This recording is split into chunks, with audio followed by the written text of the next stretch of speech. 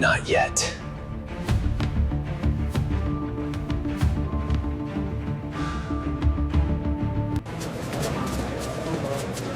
Hey, mop man, come here. No. You want to show us something, old man? Or just keep mopping?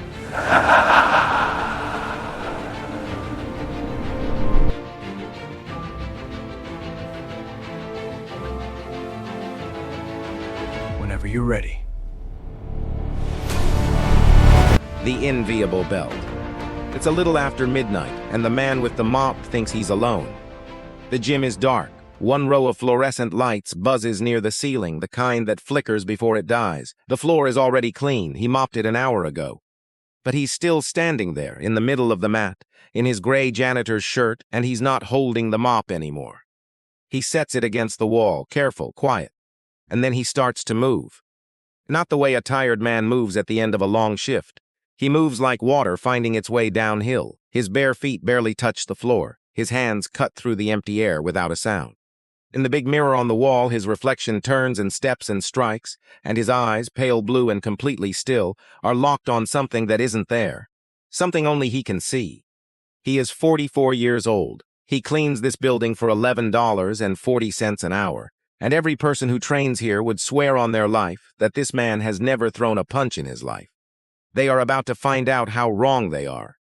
Because in 6 weeks, a young black belt is going to stand in the center of this same mat, in front of 30 people and 20 cell phone cameras, and he is going to dare this janitor to fight him. As a joke, for content. And what happens next is going to end up on every screen in the country.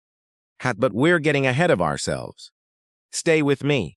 Because to understand why a grown man would hide what he is, you have to understand what it cost him to learn it. And you're not going to believe what walks through that door at the end. Let's go back to the beginning. Sterling Martial Arts Academy sat at the end of a strip mall in a quiet suburb outside Denver, Colorado. From the parking lot, it looked like money, polished glass doors, a window full of trophies, championship banners hanging from the ceiling inside, every single one of them carrying the same name in gold letters. Frank Whitaker.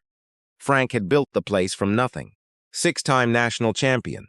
The kind of man other instructors drove across 3 states to train with. His academy didn't turn out hobbyists, it turned out champions. Parents paid $400 a month and drove 40 minutes each way to get their kids on that mat, and the parking lot was always full of SUVs and Sens that cost more than most houses. And every night after the last student left and the last SUV pulled away, one man stayed behind. His name was Ethan Callahan. Ethan arrived every evening at 6, right as the advanced class was wrapping up. Gray polo shirt, black work pants, steel-toed boots, a mop bucket with one wheel that squeaked no matter how much oil he put on it. He wiped down the mirrors, emptied the trash, restocked the towels, scrubbed the mats, and locked the doors at midnight. And nobody talked to him, nobody asked his name. To the students of Sterling Academy, Ethan Callahan was furniture, a shadow that mopped. Half of every paycheck went to a place called Rosewood Gardens, a care facility over in Lakewood, where his mother lived. She had early-onset dementia. Some weeks Ethan ate rice and canned beans for 6 days straight so the payment wouldn't bounce. He never once complained, not to anyone. Here's the thing about Ethan Callahan. He was not what he appeared to be. 9 years in the United States Army, 2 tours in Afghanistan, and somewhere between forward operating bases and desert nights that never seemed to end, Ethan trained under men who taught him things you don't put on a resume.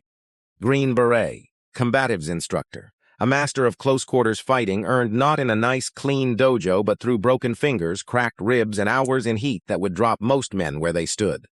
Ethan never told anybody. He never hung his certificates. He never wore a belt. And the reason he stayed silent was the kind of reason that keeps a man up at night.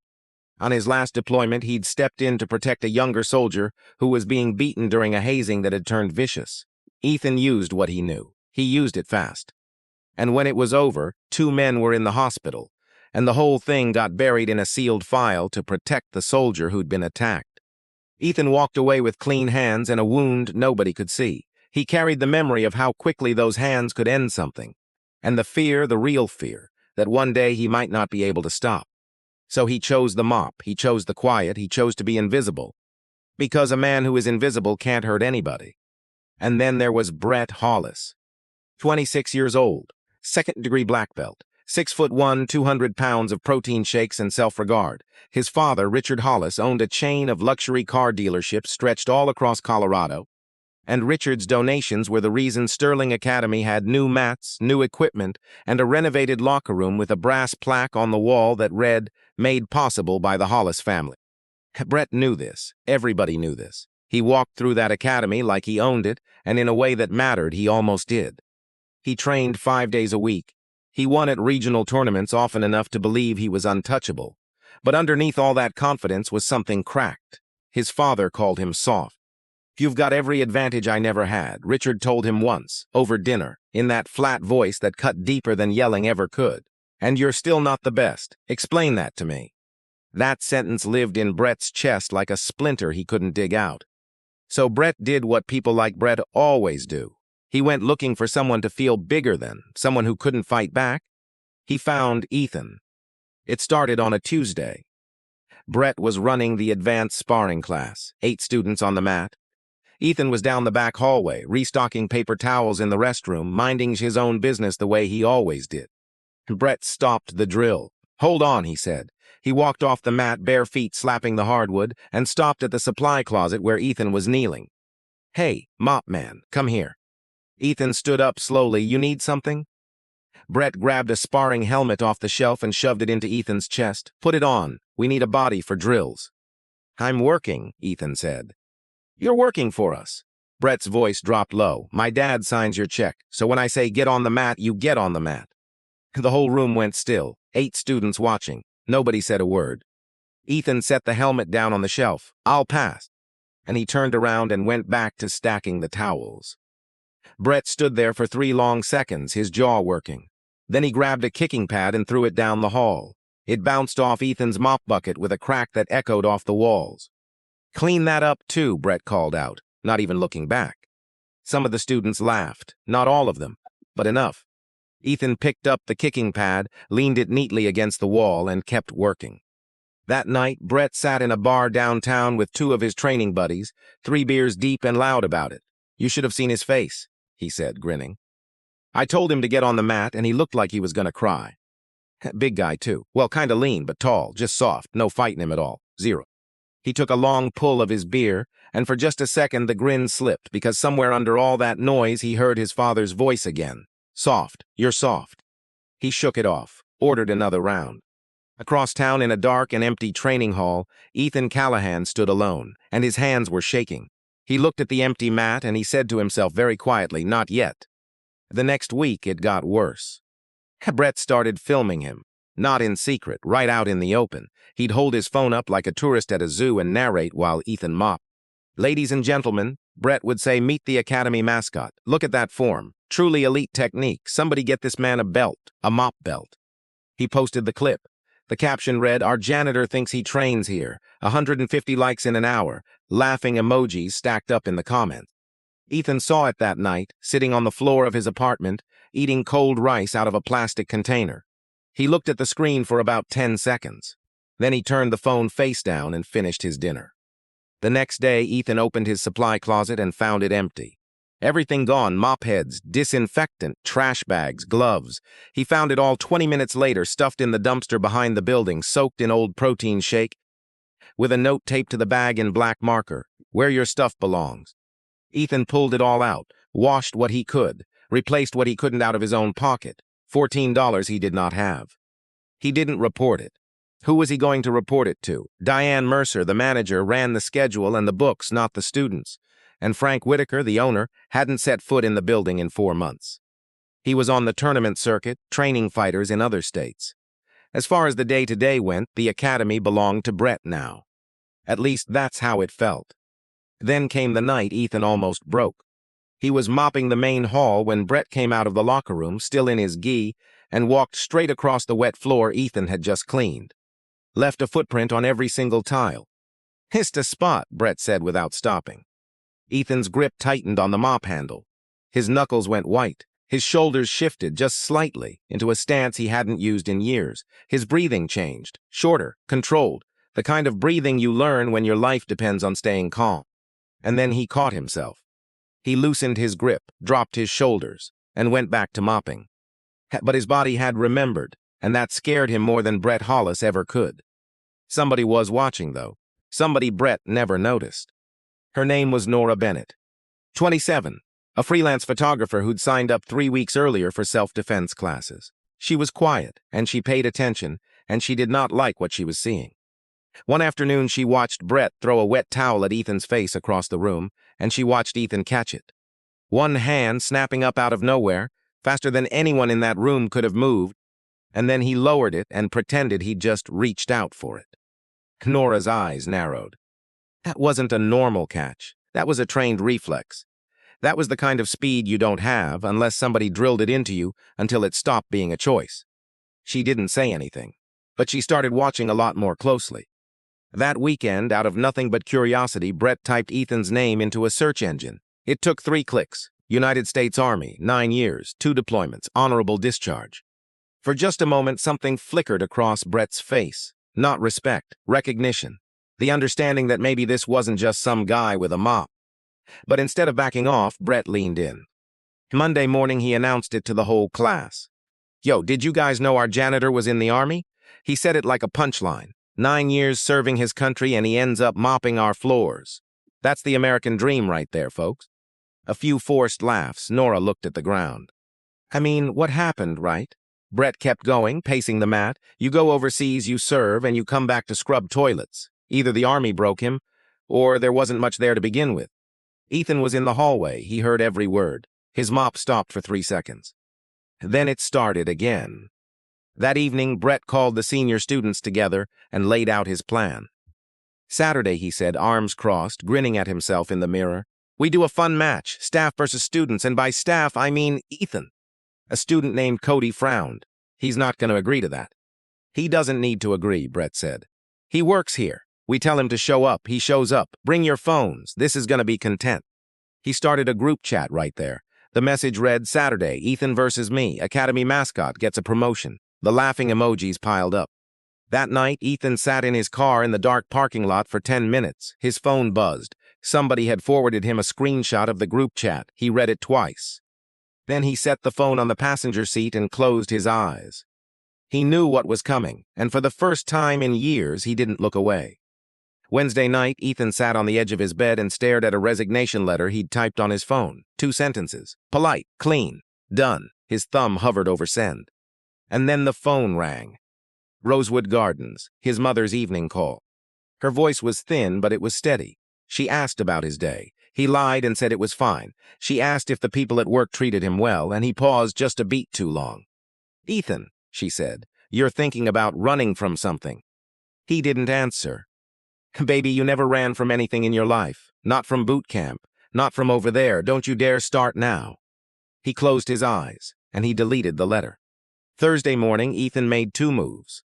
First, he found Nora Bennett in the parking lot before class. He'd never spoken to her directly before. He kept his voice low. Saturday, Brett's planning something on the mat. I need someone I trust to record all of it, start to finish. No editing. And Nora looked at him for a long moment. I'll be there. Second, he called an old Army buddy named Marcus Reed, who was now a civil rights attorney downtown. Ethan explained the whole thing in under 2 minutes. Marcus's answer was immediate. Don't throw the first punch. Don't say anything that sounds like a threat. And you call me the second, it's over. Ethan hung up. He didn't plan to fight. He planned to be ready. Saturday, 2 o'clock. The academy was packed. Word had spread through that group chat like gasoline. Every senior student showed up, a few beginners too, even some friends from outside who'd never set foot on a mat in their life. More than 30 people crammed into that training hall, phones out, the energy buzzing like the air before a championship bout. Brett stood in the center of the mat, fresh gi, belt retied twice for the cameras. He was bouncing on his toes, rolling his neck, shadow boxing the air like he was warming up for a title fight. Somebody started a slow chant, Mop man, Mop man, Mop man. Ethan walked in through the back door at 2:15. Work clothes, no gi, no belt, no gloves, just Ethan looking like a man who'd come to fix a leaking pipe. Brett spotted him. There he is, the main event. Laughter rippled through the room. A phone flash went off. Come on, Ethan, get on the mat. Don't be scared. I'll go easy. 60%, maybe 40. I'm just here to set up chairs for the kids' class, Ethan said quietly. Chairs can wait. Brett's grin vanished. His voice went flat. Get on the mat, or do I need to call my dad and have a little conversation about your employment? The room went silent. Everybody understood exactly what that meant. Ethan stood still for 5 seconds. He looked around. 30 faces, 15 cameras, and Nora Bennett in the back corner, phone steady, angle wide, exactly where he'd asked her to be. He stepped onto the mat. The crowd erupted. Brett tossed him a sparring helmet. Ethan caught it with one hand, quick and clean, without even looking.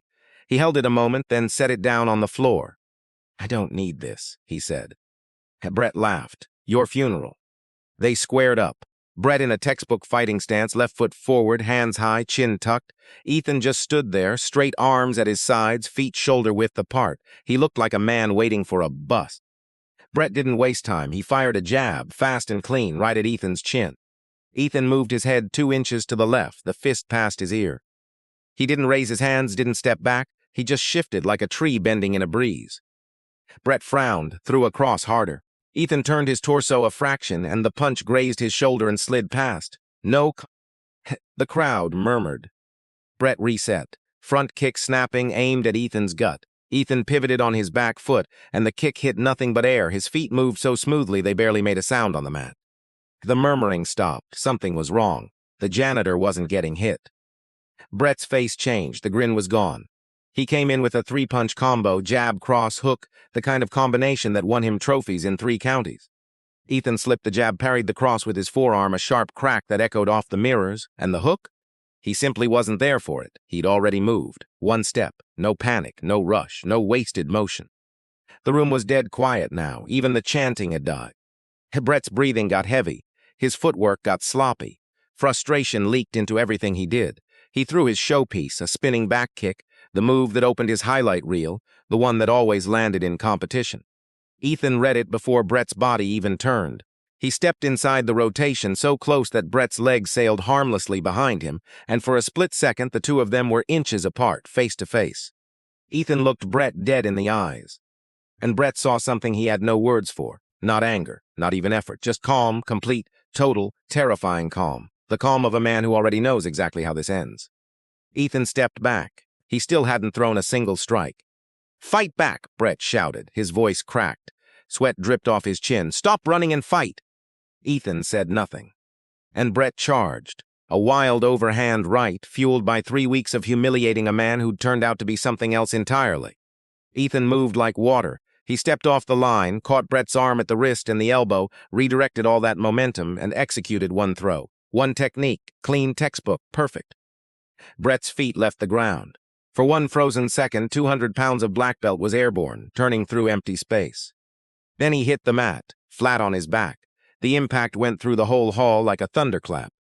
The air left his lungs in one ugly gasp. He lay there, staring at the ceiling, chest heaving, mouth open. He did not get up. Nobody moved, nobody spoke. 30 phones kept recording in absolute silence. Ethan stood over him, not gloating, not posing, just standing, breathing easy. He reached down and offered his hand. Brett slapped it away. Ethan nodded once, stepped off the mat, and that's when the front door opened. Frank Whitaker walked in. 63 years old, silver hair cropped short, a worn leather bag over one shoulder. He'd driven 6 hours from a tournament in Kansas City, arriving a full day earlier than anyone expected. He stopped in the doorway. His eyes swept the room, the crowd, the phones, Brett flat on the mat gasping, and Ethan, barefoot at the edge, still in his work clothes. Frank's bag slid off his shoulder and hit the floor with a heavy thud. He looked at Ethan. Ethan looked at him. And then Frank Whitaker, 6-time national champion, the most respected martial artist in the state of Colorado, put his feet together, straightened his back, and bowed. Not a nod, not a casual tilt of the head, a deep, full bow, the kind you give a McCaster, the kind no one in that room had ever seen Frank Whitaker give to anyone. And the whole hall stopped breathing. It's been a long time, Frank said quietly. Sergeant Callahan. 30 phones caught every second of it. And somewhere in the back, a voice whispered, "What the hell is happening?" Nora Bennett uploaded the full video that night. 6 minutes and 40 seconds, every punch Brett threw, every one Ethan slipped, and that bow at the end. She titled it, "Black Belt Dares Janitor to Fight, Then the Sensei Walks In and Bows to Him." By sundown, 200,000 views. By midnight, over 1 million. The comment sections exploded. Ethan Callahan, the man nobody talked to, the shadow that mopped, was suddenly everywhere. Here's what you need to understand. Not everybody who saw that video wanted to celebrate him. By Monday afternoon, Brett Hollis's father had hired a lawyer. Richard Hollis did not waste time. By Tuesday morning, Ethan was served with papers. Assault and battery filed in Jefferson County.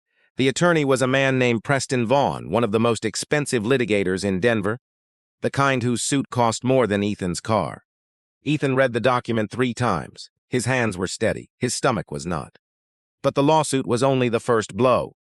Because Richard Hollis hadn't just hired a lawyer, he'd hired a media consultant. A woman named Lauren Pike, whose entire job was to shape a story before it ever reached a courtroom. And she was very, very good at it. By Wednesday, a new clip appeared on every local news channel. 11 seconds long, it showed Ethan executing the throw, Brett airborne, Brett hitting the mat, Brett gasping on the floor. No context, no buildup. None of the 6 minutes of Brett throwing the first punch, the second, the 10th, just a man in work clothes slamming a younger man to the ground. The headline read, "Violent Janitor Attacks Student at Local Academy." A talk radio host called Ethan a ticking time bomb disguised as a cleaning man. And the comment section split in half. The people who'd seen Nora's full video defended Ethan, but millions more had only seen those 11 seconds, and 11 seconds was enough. That man should be in jail. He could have killed that kid. Why was a janitor even on the mat? Ethan stopped reading after the first 100 comments. Then Marcus Reed went to work. He filed to preserve all the security footage from the academy for the past 90 days. He subpoenaed Nora Bennett's full, unedited video. He requested Brett Hollis's complete disciplinary history. And that's when the cracks started to show. The academy had 4 security cameras. Marcus pulled the footage from the 3 weeks before the fight, and the tapes showed everything. Brett throwing the mop, Brett kicking the bucket, Brett shoving the helmet into Ethan's chest. 14 separate incidents of harassment in high definition with timestamps. But it went deeper than that. Diane Mercer, the manager, came forward. She sat across from Marcus in his office, hands folded, and told him about the complaints. 3 written complaints filed against Brett Hollis over the past 2 years, 2 from former students. 1 from a part-time instructor who quit after Brett threatened him during sparring.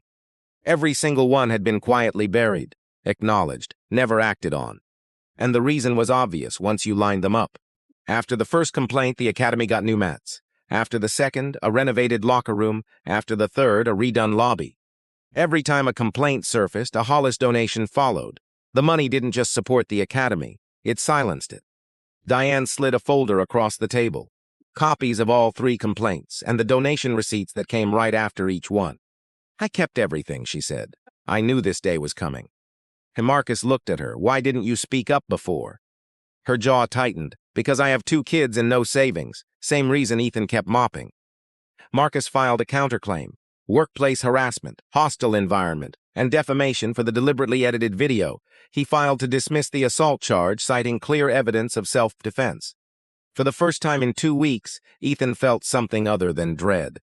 And then Preston Vaughn played his card. It came during the preliminary hearing. Vaughn stood, adjusted his tie, and requested permission to introduce a sealed military record. Ethan's sealed military record. Marcus objected instantly. The judge hesitated. But Vaughn argued relevance. If the defendant had a history of violent confrontation, it spoke to his character. The judge allowed it. Limited scope, but allowed. Vaughn opened the file and read aloud. The defendant was involved in a physical altercation during his final deployment that resulted in the hospitalization of 2 fellow service members. The incident was severe enough to warrant a sealed record. He let it hang in the air. This is not the first time Ethan Callahan has used excessive force, and the last time the United States Army had to bury it. The room shifted. Reporters scribbled. Ethan sat perfectly still, eyes forward. Marcus gripped his pen so hard it nearly snapped. Headlines that night were brutal. Janitor's violent military past exposed. Sealed record reveals pattern of aggression, from hero to hazard. Ethan drove home in silence. He didn't turn on the radio. He walked into his apartment, sat down on the floor, and pressed his back against the wall. Everything he'd buried, every memory, every reason he'd chosen the mop over the mat, it was all public now. And the one thing that could save him was the truth about that sealed file. But the truth needed a witness, and that witness hadn't spoken about it in 8 years. The mediation was held on a Thursday morning, room 4B, Jefferson County Courthouse. Fluorescent lights, a long oak table, no jury, no cameras. Just a court-appointed mediator named Judge Eleanor Hayes, a woman in her 60s with reading glasses on a chain and zero patience for theatrics. On one side sat Brett Hollis and his father Richard, flanked by Preston Vaughn and a paralegal carrying 2 leather binders. On the other side sat Ethan Callahan in a clean gray shirt and Marcus Reed in a navy suit he'd owned for 12 years with a single manila folder and a laptop. Judge Hayes opened. "This is a mediation, not a trial. But I expect the same honesty, Mr. Vaughn. You may begin." Vaughn stood and went straight for the throat. He put the sealed report up on a screen, key phrases highlighted in yellow. During his final deployment, Mr. Callahan attacked 2 fellow service members with enough force to hospitalize both. The Army sealed this not to protect the victim, but to contain the damage. This is a man who hides what he is. Richard Hollis leaned back, arms folded, a thin smile on his lips. Judge Hayes turned. "Mr. Reed, your response." Marcus didn't stand. He opened his laptop, turned the screen toward the judge, and pressed play. A face appeared. A man in his late 30s in a dress uniform, 3 rows of ribbons on his chest. He spoke directly into the camera, and his voice was steady, but his eyes were wet. "My name is Captain Isaiah Turner, United States Army, currently stationed at Fort Carson. In 2016, during our deployment, I was the target of a hazing attack by 2 senior members of my unit. It was physical. It was ugly. And it would have kept going if Ethan Callahan had not stepped in." He paused, swallowed. Ethan used only the force necessary to stop it. He did not start it. He did not escalate beyond what was needed. Those 2 men were hospitalized because of the severity of their own attack, not because Ethan lost control. He looked straight into the lens. The record was to protect my identity, to protect my career, not because Ethan did anything wrong. Ethan Callahan saved my life that night, and I have carried the weight of his silence for 8 years. The video ended. The room was very quiet. Richard Hollis's smile was gone. Marcus closed the laptop and opened the manila folder, and one by one he laid it all out on the table. Nora Bennett's full video. 6 minutes and 40 seconds of Brett throwing every single punch first, with Ethan defending without one offensive strike. 90 days of security footage, 14 documented incidents of harassment. 3 written complaints, all buried, all followed by Hollis donations. Diane Mercer's signed statement. 8 statements from current students who'd watched it happen, including 2 who admitted they'd laughed at the time and were ashamed of it now. Marcus spread the papers across the table like a winning hand. "Mr. Vaughn wants to paint my client as a dangerous man hiding a violent past. The truth is simpler. Ethan Callahan has spent his entire life protecting people who couldn't protect themselves. He did it in the Army. He did it on that mat. The only thing he ever hid was his own ability, because he was afraid of what men like Brett Hollis would push him to use it for." He looked at Richard.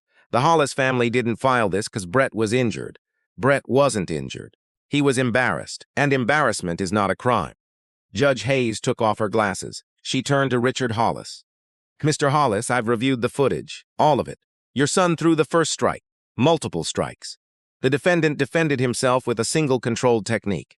I've also reviewed the complaint history and the donation records." She paused. "The pattern here is not violence by Mr. Callahan. The pattern is silence purchased by your family." Vaughn leaned over and whispered something. Richard raised his hand. "Your Honor, my client is prepared to discuss a private settlement, a mutual non-disclosure agreement, and—" "No." Ethan's voice was quiet, but it stopped the whole room. Everybody looked at him. It was the first word he'd spoken the entire hearing. "No settlement," Ethan said. "No NDA. I want it on the record, in public." Marcus put a hand on his arm. Ethan looked at him. Marcus nodded. "My client requests a formal finding," Marcus said. "Dismissal of all charges with prejudice, and a formal note of the harassment evidence for any future proceedings." Judge Hayes looked at Ethan for a long moment. Then she looked at Richard Hollis, whose jaw was locked so tight a vein stood out at his temple. "I'm granting the motion," she said. "All claims against Ethan Callahan are dismissed, with prejudice. The harassment evidence will be preserved and noted. And I'm referring the matter of the edited video to the district attorney for review of potential defamation." She closed her folder. "Mr. Hollis, I'd advise your family to step very carefully from here on out." Richard stood without a word. Brett followed, eyes on the floor. Vaughn packed his binders in silence. The door closed behind them with a soft click. Ethan sat there, hands still folded, breathing easy. Marcus leaned over. You okay? For the first time in weeks, Ethan's eyes were clear. Yeah, he said. I'm okay. The news broke within hours. Every outlet that had run the 11-second clip now ran the correction. Janitor cleared. Full footage reveals self-defense and a pattern of harassment. The talk radio host, who'd called Ethan a ticking time bomb, issued a 40-second on-air apology. It wasn't enough, but it was something. Nora Bennett reposted her original video with a new caption, The Full Truth, 6 minutes. No cuts, no lies. Within 24 hours, it had 12 million views, and the comments were a wall of support. Ethan Callahan is every person who ever got disrespected at work and had to swallow it. A hashtag started trending Stand Up Like Ethan, and it stayed at the top for 3 straight days.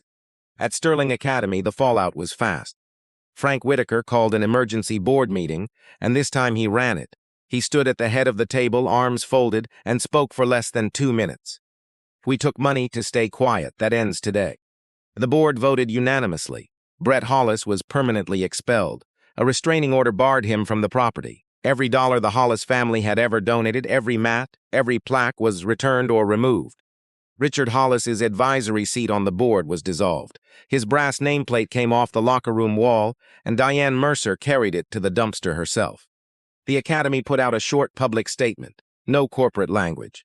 Sterling Martial Arts Academy failed Ethan Callahan. We let money override the safety and dignity of a member of our staff. We owe him not just an apology, but action. The action came the next week. Frank Whitaker called Ethan into his office. The same office Ethan had mopped 100 times. Frank sat behind the desk. Ethan stood in the doorway, unsure whether to sit. Sit down, Ethan. He sat. I've known who you were for years, Frank said. I trained with men who trained with you. I knew you walked away from all of it because you thought your hands were a curse instead of a gift. He leaned forward. I should have found you sooner. I should have said something the day I hired you. That's on me. Ethan shook his head. You gave me a job when nobody else would. That was enough. It wasn't, Frank said, and we both know it. He slid a fold gi across the desk. White, clean, a black belt resting on top. I want you to teach here, not as a janitor, as a full instructor. Benefits. Your name on the schedule. He paused, and the first class is yours to design, whatever you want. Ethan looked at the gi for a long time. He didn't touch it right away. Then he said, I want to teach people like me, janitors, cleaners, night shift workers, kitchen staff. People who get looked right through every single day. He met Frank's eyes, not to make them fighters. To give them what nobody gave me. The right to stand up in a room without being afraid of what happens next. Frank nodded slowly. Then that's what we do. But there was one more piece to this story, and it's the piece most people never expect. Hack Brett Hollis. Brett didn't disappear. He didn't move away and hide. For a while, honestly, he did nothing but stew in it. He blamed everybody, his father, the judge, Ethan, the internet. He told himself he'd been set up, that the whole thing was a stunt, that none of it was his fault. But something had cracked open in him on that mat. In the second Ethan looked him in the eye, and Brett saw that calm, and understood for the first time in his life that all his trophies and all his father's money hadn't taught him the one thing that actually mattered. He didn't know what a real man looked like until one refused to hit him. His father wouldn't speak to him for a month. And in that silence, Brett finally heard the truth. It wasn't Ethan who'd humiliated him. He'd done that himself, one cruel act at a time, and it had all been recorded, and he could never take a single second of it back. The court had ordered 12 weeks of anger management. Brett went, and then he kept going after the 12 weeks were up, all the way to 20, because somewhere in there he stopped going to check a box and started going because he needed it. He never made a public statement. He never posted about it. But 6 months after the hearing, a handwritten letter arrived at Sterling Academy. No return address. Diane Mercer recognized the handwriting. She brought it to Ethan. It was 3 sentences. I spent 3 weeks trying to make you feel like nothing, because that's how I felt every day of my life, and I thought if I could make somebody smaller than me, it would finally go away. It didn't. I was wrong about you, and I was wrong about a lot of things, and I'm trying to fix it. Ethan read it, folded it, put it in his pocket. He never mentioned it again. Some wounds don't close with an apology, but some people deserve a little credit for finally trying.